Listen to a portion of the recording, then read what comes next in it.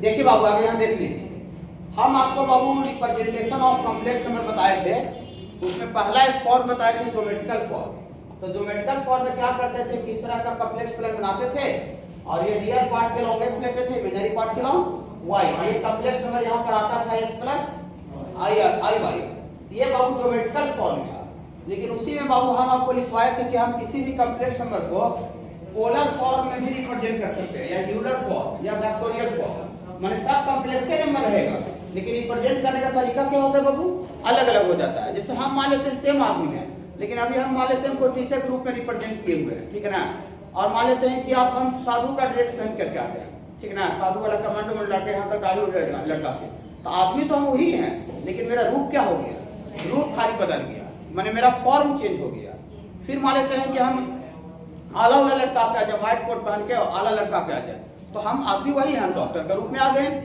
नहीं पगलूड़ी बांध के पान खा ले, गुटका उठा है फेंके, तो ड्राइवर के रूप में हो गया, नहीं टेम्पो ड्राइवर नहीं वही है। तो हम आदमी सेम में है, लेकिन सब रूप क्या है, अलग अलग है। तो वही सब कॉम्प्लेक्स नंबर रहेगा, लेकिन सबका रूप क्या है बाबू, फॉर्म अलग अलग है। तो दूसरा क्या फॉर्म है, वन को ज्योमेट्रिकल फॉर्म बता दिए, ये 2 नंबर है बाबू, पोलर या ट्रिगोमेट्रिकल फॉर्म। पोलर या ट्रिगोमेट्रिकल फॉर्म क्या होता है कॉम्प्लेक्स नंबर का, तो पोलर और ट्रिगोमेट्रिकल फॉर्म में आर और थीटा होता है, आर और थीटा, आर कॉमा थीटा लिखे हैं, बताते हैं देखिए।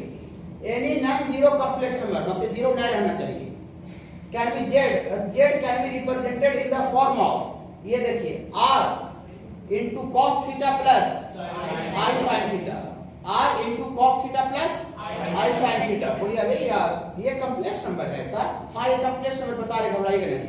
ये फॉर्म, ये जो इस रूप में जो कॉम्प्लेक्स नंबर को हम लिख रहे हैं, ये फॉर्म जो है ये पोलर या ट्रिगोमेट्रिकल फॉर्म है। पोलर r थीटा के कारण पोलर है, पोलर या ट्रिगोमेट्रिकल फॉर्म यहाँ भी पढ़ना है, ये वाला कोऑर्डिनेट में भी। तो जो थीटा दिख रहा है वो पोलर के लिए है, और जो cos और sin दिख रहा है इसीलिए इसका नाम ट्रिगोमेट्रिकल भी बोलते हैं। बोलिए सर इससे कॉम्प्लेक्स नंबर आएगा कैसे सर, आर क्या इसमें क्या है और थीटा क्या है, देखिए आर क्या है और थीटा क्या है उसके बारे में आप जानते हैं, साइन और कॉस तो ट्रिगोमेट्रिक फंक्शन है, वो तो आपको पता है। तो आर क्या है बाबू, modulus of Z, modulus complex number का पढ़ाए थे पिछले दिन, हां ऑरिजिन से दूरी बाबू, हां तो आर जो है वो मॉड ऑफ जेड है, मतलब कॉम्प्लेक्स नंबर का मॉडुलस को ही आर से रिप्रेजेंट किया जा रहा है। बोले अच्छा आर के बारे में तो बता दिए, थीटा क्या है, थीटा बाबू अभी जो पढ़ रहे थे आर्गुमेंट ऑफ जेड, माने जो थीटा है वो कॉम्प्लेक्स नंबर का आर्गुमेंट है, अभी जो आर्गुमेंट पढ़ रहे हैं पूरा क्लास में, तो थीटा जो है वो आर्गुमेंट ऑफ जेड है। बोलिए अच्छा cos और sin क्या है, cos और sin तो ट्रिगोमेट्रिकल फंक्शन है, और i क्या है, आयोटा रूट अंडर -1 है, आयोटा भी तो सुनने की है, तो इसमें r जो है मॉड ऑफ जेड है, और जो थीटा है वो क्या है बाबू, आर्गुमेंट ऑफ जेड है। तो हम इसी को ऐसे भी लिख सकते हैं, that means polar form of Z is mod of Z. देखिए r के बदले क्या लिखे हैं, मॉड ऑफ जेड, और cos तो cos लिखे किए हैं, और थीटा की जगह पर क्या लिखे हैं, आर्गुमेंट ऑफ जेड, थीटा की जगह पर प्लस i तो i लिखे दिए हैं, और sin तो sin भी लिख दिए हैं, और फिर थीटा की जगह पर आर्गुमेंट ऑफ जेड। इसी को बाबू मॉड ऑफ जेड मतलब r, और ये आर्गुमेंट ऑफ जेड यहाँ थीटा बोला गया है, थीटा को ये cos theta plus i sin theta आ गया। माने किसी भी कॉम्प्लेक्स नंबर को हम इस रूप में भी क्या कर सकते हैं, रिप्रेजेंट कर सकते हैं। ऐसा भी आपको अगर कहीं दिखेगा cos theta plus i sin theta, तो वो भी कॉम्प्लेक्स नंबर रहेगा, लेकिन वो जो उसका रूप कहलाएगा वो पोलर या ट्रिगोमेट्रिकल फॉर्म कहलाएगा, पोलर या। बोलिए सर समझ नहीं आ रहा है ये वाला फॉर्म, कोई दिक्कत नहीं, देखिए आगे देख लीजिए थोड़ा लिखिएगा।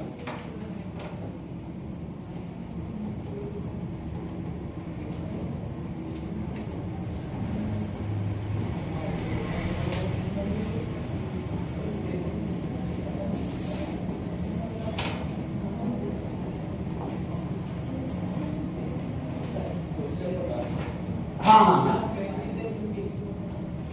एक बात को देखिए ना, लिखता है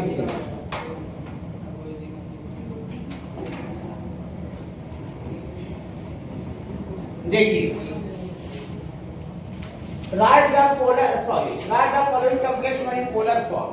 पोलर फॉर्म में बाबू ये कॉम्प्लेक्स नंबर को क्या करना है, रिप्रेजेंट करना है, दिखाना है।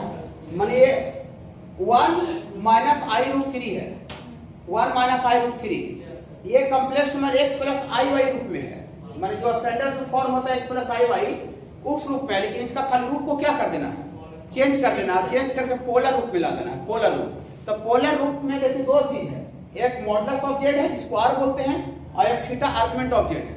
तो हम इस कॉम्प्लेक्स नंबर को का मॉडुलस ऑफ जेड भी निकालना पड़ेगा। मॉडुलस ऑफ जेड निकालेंगे तो आर आ जाएगा और आर्गुमेंट ऑफ जेड निकालेंगे तो थीटा आ जाएगा।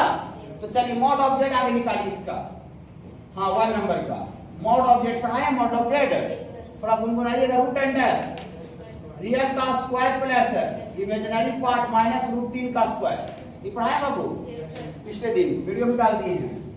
तो मॉड ऑफ जेड बराबर 1 का स्क्वायर 1 और √3 का स्क्वायर 3, 3 और 4 का रूट 2 ना बाबू।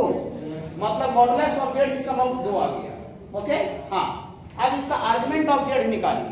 आर्गुमेंट ऑफ जेड जो अभी पढ़ा रहे थे देखिए। तो हेयर लिखते हैं x के जगह पर कितना है बाबू 1 और y के जगह पर कितना है बाबू -√3 है। तो देयरफॉर आगे सबसे पहले tan अल्फा का वैल्यू लिखिए। y/x का मॉडुलस है बाबू y/x का मॉडुलस। तो y है बाबू -√3/1 का मॉडुलस। तो -√3 का मॉडुलस तो बाबू √3 हो जाएगा। तो tan अल्फा √3 है तो अल्फा का वैल्यू π/3 60 डिग्री होगा। अब ये जो कॉम्प्लेक्स नंबर दिया हुआ उसमें x पॉजिटिव है और y क्या है बाबू negative. x positive y negative. तो x पॉजिटिव y नेगेटिव किस क्वाड्रेंट में होता है 4th क्वाड्रेंट में होता है। इसे पकड़ लेते हैं ना। हाँ ये जो कॉम्प्लेक्स नंबर जो है बाबू ये जो कॉम्प्लेक्स नंबर z बराबर जो आपको 1 माइनस i√3 है ये लाइज इन किस क्वाड्रेंट में लाई कर रहा है बाबू 4th क्वाड्रेंट। ये बाबू चौथा क्वाड्रेंट में है। तो देयरफॉर आर्गुमेंट ऑफ जेड थोड़ा सा चौथा क्वाड्रेंट के लिए अभी तो आपका कॉपी में होगा। चौथा क्वाड्रेंट की argument of Z 2π minus alpha होता है। प्रिंसिपल नहीं argument of Z. Argument of Z copy देखिए 2π माइनस अल्फा।